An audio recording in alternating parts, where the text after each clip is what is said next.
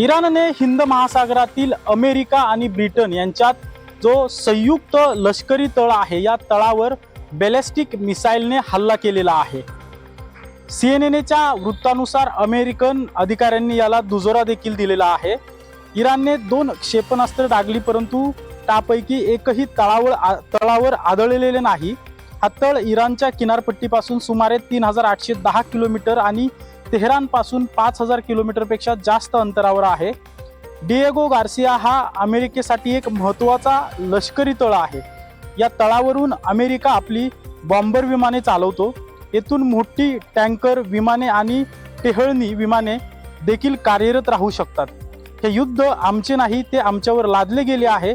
आम्ही अमेरिकेशी वाटाघाटी करत असताना आमच्यावर हल्ला झाला जो पूर्णपणे बेकायदेशीर आहे आणि विनाकारण होता, असं इराणचे परराष्ट्र मंत्री अब्बास अरागची यांचं म्हणणं आहे।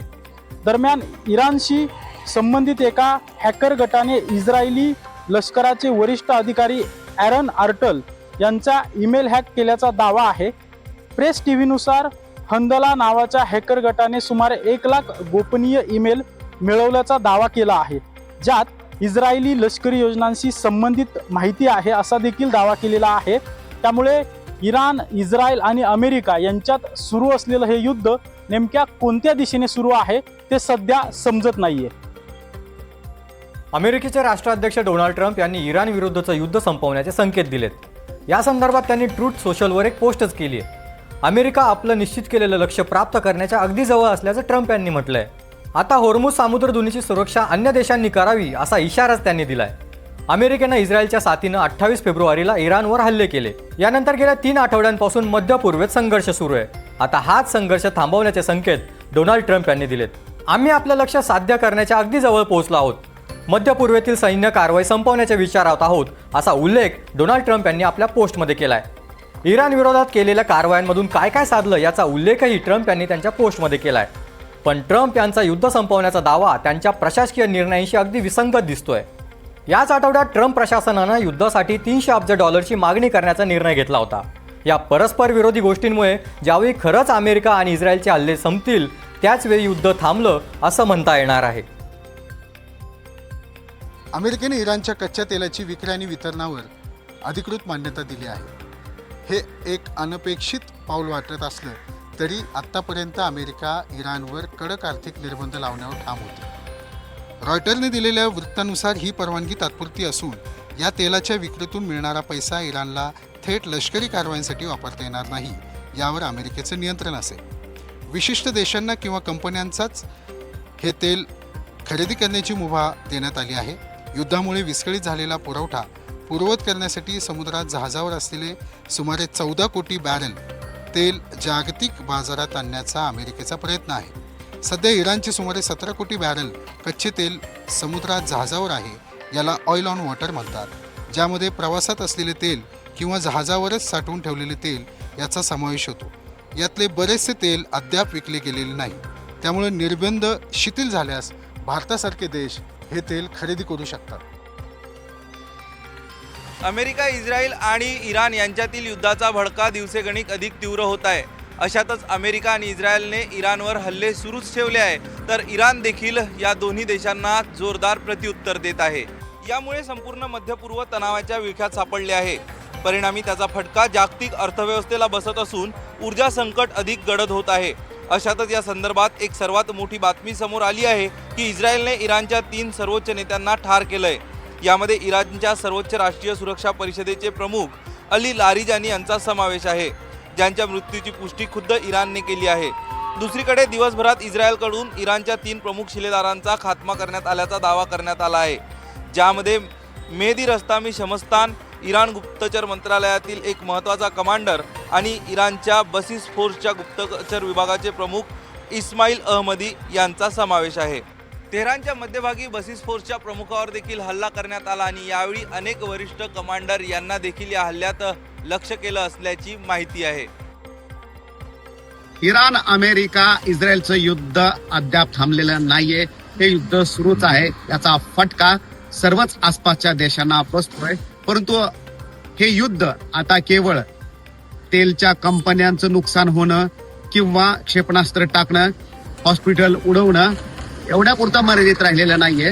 तर आता याचा सगळ्यात जास्त फटका म्हणजेच की अंडर सी केबलला बसतोय. डिजिटल साठीच्या महत्वाच्या पायाभूत सुविधा म्हणून केबल टाकण्यात आलेल्या आहेत, त्याला याचा फटका बसतोय. साधारणतः 45,000 किलोमीटरचा हा संपूर्ण प्रकल्प आहे. आणि नुकताच मेटानं ब्लूमबर्गला सांगितलेलं आहे की हे संपूर्ण प्रकल्प थांबवण्याचा, कारण इराण, इस्रायल आणि अमेरिकेचं युद्ध थांबायचं नाव घेत नाहीये. आणि त्यामुळं ज्या देशातून हा संपूर्ण प्रकल्प जातोय त्यामध्ये इराण आहे, ओमान आहे, कतार आहे, भारत, पाकिस्तान, बहरीन या संपूर्ण देशामध्ये जातोय. साधारणतः 45,000 किलोमीटरचा प्रवास करून हे केबल्स जाणार आहेत. मात्र या युद्धामुळे आता या केबल्सच्या प्रकल्पाला धक्का बसलेला आहे आणि इथून पुढे काही कालावधी थांबवण्याची वेळ आता आलेली आहे. त्यामुळं मोठं नुकसान आता डिजिटल क्षेत्रामध्ये सुद्धा होताना आपल्याला दिसून येते. राज्यात आखाती युद्धाच्या झळा मोठ्या प्रमाणात घरगुती आणि व्यावसायिक गॅस सिलेंडरना अद्यापही बसत आहेत. राज्यातील कित्येक जिल्ह्यात ग्राहकांना मोठा त्रास सहन करावा लागत आहे. बुलढाण्यात नागरिकांना सिलेंडरसाठी रात्री 2 वाजेपासून रांगेत उभं राहावं लागत आहे. बुलढाणा जिल्ह्यातील मुख्यालयात जिल्ह्याचा गाडा चालवणारे जिल्हाधिकारी असतात, पुरवठा अधिकारी असतात. तेथेच नागरिकांना रात्री 2 वाजेपासून रांगेत उभे राहून देखील सिलेंडर मिळत नसल्याने प्रशासन नेमकं करतंय तरी काय, असा प्रश्न उपस्थित केला जात आहे. एकीकडे आज रमजान ईद आहे. ईदीच्या दिवशीही मुस्लिम बांधवांना गॅस सिलेंडरचा फटका बसल्याचं दिसून येत आहे. या सर्व बाबींवर गॅस एजन्सीचे व्यवस्थापक सर्व काही सुरळीत असल्याचं सांगत आहेत. मात्र ग्राहकांच्या लांब रांगा वेगळंच सांगत असल्याचं दिसत आहे. सरकारकडून मात्र घरपोच गॅस सिलेंडर दिलं जाईल, कोणीही रांगा लावू नका असं सांगितलं जात आहे. या एजन्सीला 900 सिलेंडरचा कोटा आहे, मात्र प्रत्यक्षात 600 सिलेंडरच बुकिंग केली जात आहे. तरी रांगा का लावल्या जात आहे असा सवाल उपस्थित केला जात आहे. भारतातून निघालेलं एक आंतरराष्ट्रीय विमानाचं उड्डाण हे सध्या जगभरात चर्चेचा विषय ठरला आहे. कारण की या उड्डाणानं भारतातून दिल्लीतून उड्डाण घेतलं आणि 6 तासाच्या उड्डाणानंतर ते परत दिल्लीतच परत आलं. हे दिल्ली ते कॅनडा असं एअर इंडियाचं विमान होतं. हे विमान कॅनडात पोहोचण्याआधीच 6 तासाच्या घिरट्या मारत हे परत दिल्लीत आलं. याला कारण असं होतं की AI-185 हे जे विमान आहे, या विमानाला काही रिस्ट्रिक्शन्स आहे आणि या रिस्ट्रिक्शन असल्यामुळे हे विमान जेव्हा दिल्लीतून 11:30 वाजता काल व्हॅक्युअरसाठी झेपावलं होतं, त्यानंतर या विमानाने पूर्वेकडील मार्ग धरला आणि साधारण 4 तासाचा प्रवास पूर्ण करून ते चीनच्या हवाई हद्दीत पोहोचलं. कुनमिंगजवळ विमान असताना अचानक एअर इंडियाच्या प्रशासनाला लक्षात आलं की त्यांनी ज्या विमानांनी प्रवाशांना पाठवलं आहे त्या विमानाला कॅनडात प्रवेश करण्याची कायदेशीर परवानगीच नाही आहे. हे विमान तब्बल 7 तास 54 मिनिटे हवेत होतं आणि ज्या ठिकाणून हे निघालं तिथेच परतण्यासाठी या विमानाला इतका वेळ लागला. या एका चुकीच्या निर्णयामुळे, म्हणजे विमान जे निवडण्यात आलं ते चुकीचं निवडण्यात आलं, त्यामुळे एअर इंडियाला कोट्यवधी रुपयाचं फ्यूलसाठी इंधनाचा खर्च जो आहे तो लागलेला आहे. साधारणतः बोईंग 777 सारखं जे विमान असतं ते एका तासाला तब्बल 8 ते 9 टन इंधन जाळतं. त्यामुळे प्रवाशांची गैरसोय टाळण्यासाठी आता हे जे या विमानात जे प्रवासी होते त्या प्रवाशांची व्यवस्था हॉटेलमध्ये करण्यात आलेली आहे आणि त्यांना पर्यायी विमानाने आता त्यांच्या गंतव्याच्या ठिकाणी पाठवलं जाईल.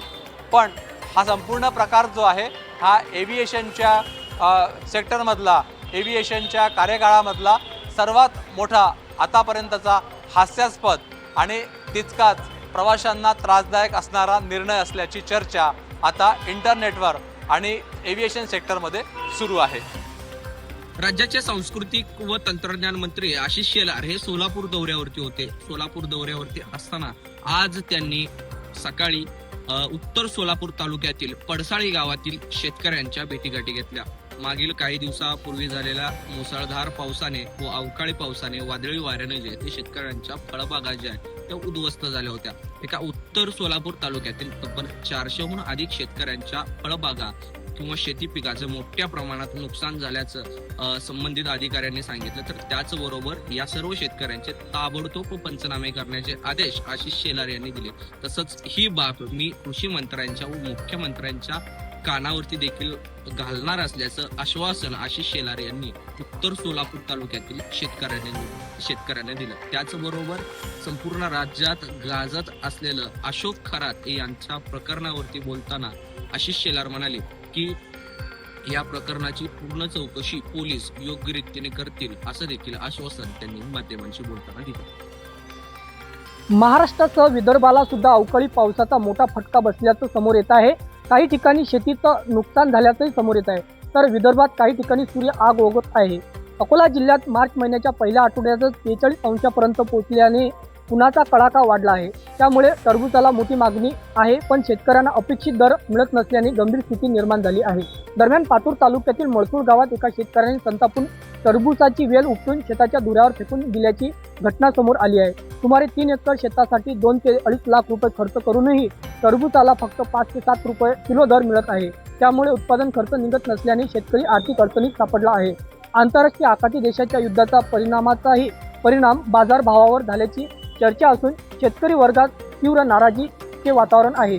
आखातीतील निर्याती बंद झाल्यामुळे सुद्धा बाजारात मोठे फळ प्रमाणात उपलब्ध आहे. याचाही परिणाम आता फळाच्या दरावर झाल्याचं दिसून येत आहे. मराठवाड्यात अनेक ठिकाणी वादळी वाऱ्यासह गारपीट झालेली आहे. याचा जिल्हाभरातील शेतकऱ्यांना मोठा फटका बसलेला आहे. जालना जिल्ह्यातील गेल्या 2 दिवसापासून अवकाळी पावसाने गारपीटीने जोरदार हजेरी लावली आहे.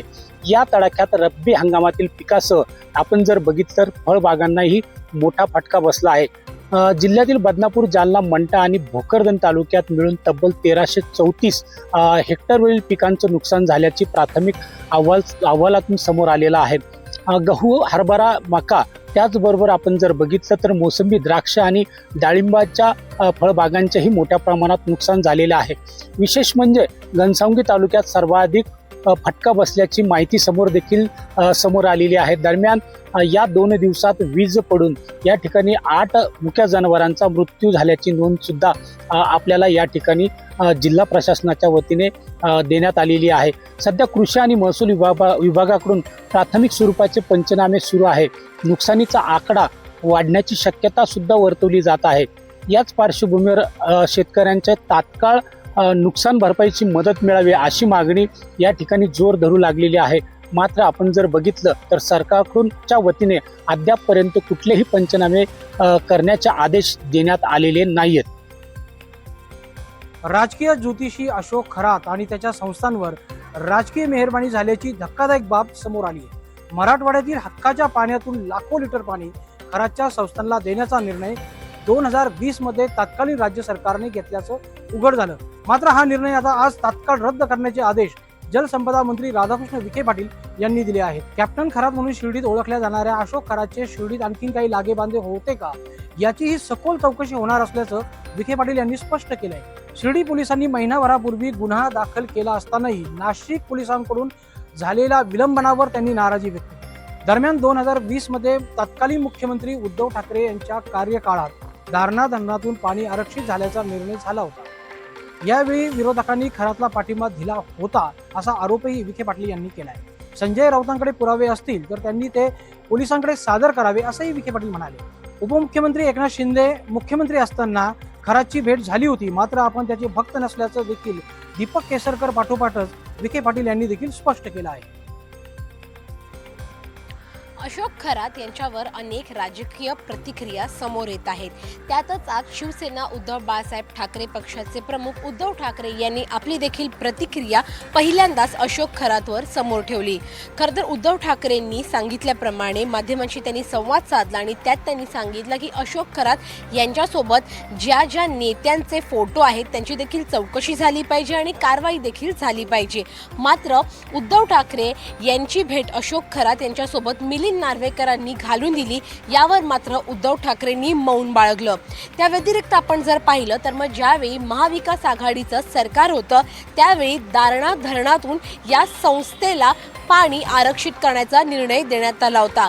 यावर उद्धव ठाकरेंनी मात्र या सगळ्याच्या खोलाशी कोण आहे याची कसून चौकशी करा आणि नेमकं हे पाणी कुठे मुरतंय ते देखील तपासा आणि दोषींवर कारवाई करा अशी मागणी केली आहे.